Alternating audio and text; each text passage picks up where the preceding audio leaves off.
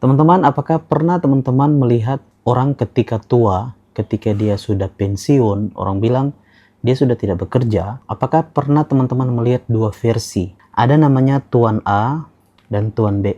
Nah, Tuan A ini sama-sama usianya sama, yaitu 60 tahun. Mereka memiliki usia yang sama. Dan mereka sama-sama mempunyai semangat yang luar biasa ketika mereka muda di usia 35 tahun. Nah, si Tuan A dan Tuan B ini memiliki perbedaan mencolok dengan cara mengelola keuangannya. Tuan A memiliki penghasilan tiap bulan anggap 30 juta per bulan. Tuan B punya penghasilan 15 juta per bulan. Artinya 50% lebih rendah dibanding Tuan A. Dalam perhitungan kehidupannya, jadi Tuan A ini dia punya income besar, dia pekerja keras, ya kan? Dia punya pekerjaan bagus, nah punya anak dan istri, punya juga rumah, punya kendaraan, dia punya, pokoknya kehidupannya menengah ke atas, karena income 20 juta ke atas itu teman-teman, itu menengah ke atas. Nah, untuk 15 juta per bulan ini si Tuan B, dia juga pekerja keras, dia kerja keras, punya anak istri kan, anak istri juga. Nah, dia memiliki rumah juga dan kendaraan. Nah, teman-teman, yang menjadi perbedaan di usia tuanya, Tuan B ini dia lebih kaya, sementara Tuan A dia menjadi miskin. Ternyata orang punya mimpi supaya sukses di usia muda, tetapi bagaimana kita bisa mempertahankan kesuksesan itu dan terus berlanjut sampai kita tua? Nah, itu yang perlu kita pelajari mulai hari ini. Sejak kita masih muda harus kita tahu bagaimana menghadapi masa depan kita supaya kita tetap, minimal kita dalam kehidupan ini di usia tua nanti tidak mempersulit kehidupan orang lain. Di mana perbedaan besarnya? Jadi perbedaan besarnya adalah cara mereka mengelola uang. Si Tuan A dia tidak mengelola keuangan. Jadi tidak mengatur. Jadi contoh, dia tidak tahu ilmu keuangan. Itu namanya financial planning. Financial planning. Tuan B dia tahu namanya financial planning, perencanaan jangka panjang. Itu perbedaannya. Jadi sama-sama bekerja keras, sama-sama punya penghasilan, sama-sama punya kehidupan yang bagus, tapi perbedaannya si Tuan A tidak tahu ilmu financial planning, si Tuan B tahu dan dia belajar. Bukan seberapa besar income kita yang menentukan kesuksesan kita, tetapi bagaimana kecerdasan kita mengelola keuangan. Apa sih financial planning? Nah, dalam hidup ini kita memiliki yang namanya 3 keranjang. Nah, ada namanya keranjang A, keranjang B, keranjang C. Nah, keranjang A ini adalah keranjang saving. B ini keranjang grow.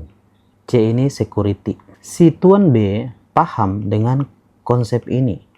Jadi konsep ini adalah bagaimana caranya kita mengelola uang kita di 3 keranjang.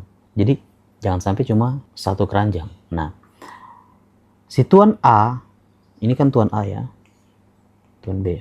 Si Tuan A, selama dia punya penghasilan yang hebat, yang besar, dia fokus di keranjang B. Dia punya bisnis di mana-mana. Dia punya aset, dia punya rumah, punya tanah.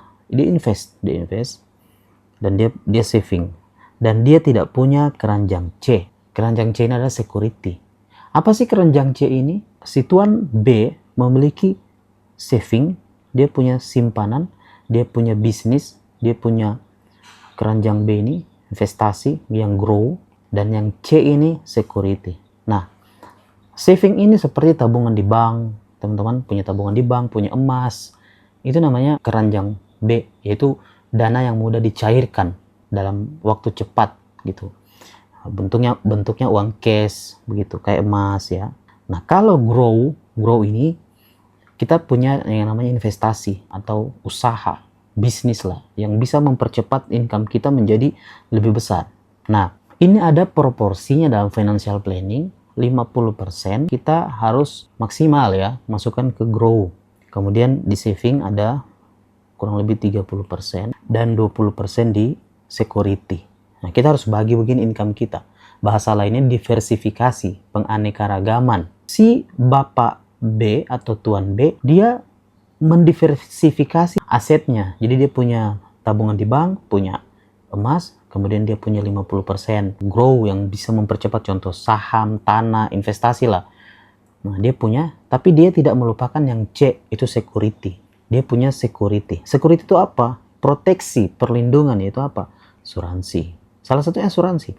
Asuransi itu terbagi menjadi 3, ada asuransi jiwa, ada asuransi kesehatan, ada asuransi sakit kritis. Nah, pada saat berjalan waktu, Tuan A makin tua, dia lupa bahwa tenaga kita makin berkurang. Di usianya 55, 56, tiba-tiba dia jatuh sakit dan terkena yang namanya kondisi kritis, sakit kritis. Tuan A tidak memiliki proteksi yang cukup, tidak memiliki asuransi, tidak memiliki perlindungan, dia hanya mengandalkan asetnya.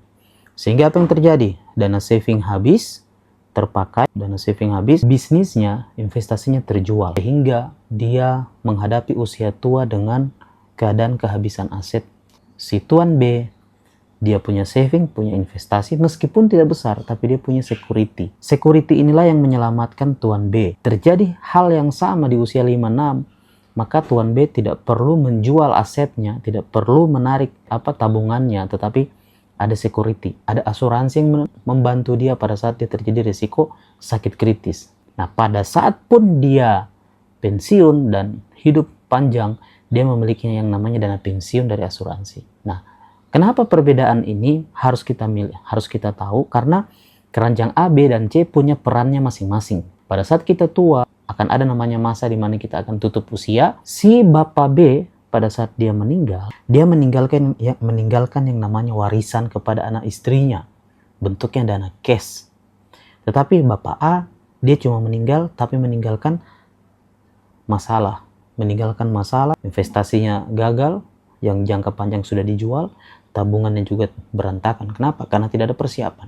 Perlindungan asetnya tidak ada. Inilah yang menjadi pondasi. Teman-teman bisa melihat, coba lihat kiri kanan orang-orang yang kaya, orang-orang hebat, yang pernah kita dengar hebat dulunya, tapi pada saat dia tua, menjadi beberapa aset yang terjual habis karena itu. Nah, keranjang tadi ada 3, saving, grow, dan security. Teman-teman jangan lupa keranjang C. Kalau teman-teman tidak menyiapkan di keranjang C, jangan sampai nanti di usia tua kita menyesal.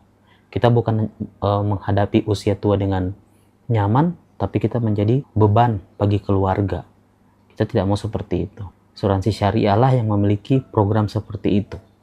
Jadi teman-teman, asuransi dan bank itu bukan berlawanan. Mereka itu saling melengkapi. Di negara maju seperti di Malaysia, di Singapura, di luar negeri, Amerika, Jepang, itu semua asuransi.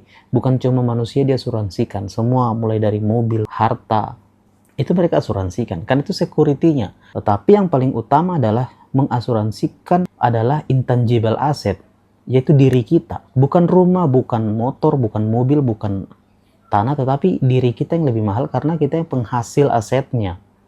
Jadi namanya aset yang tak terlihat, yaitu skill kita. Jadi berasuransi itu bukan mengasuransikan jiwa, bukan.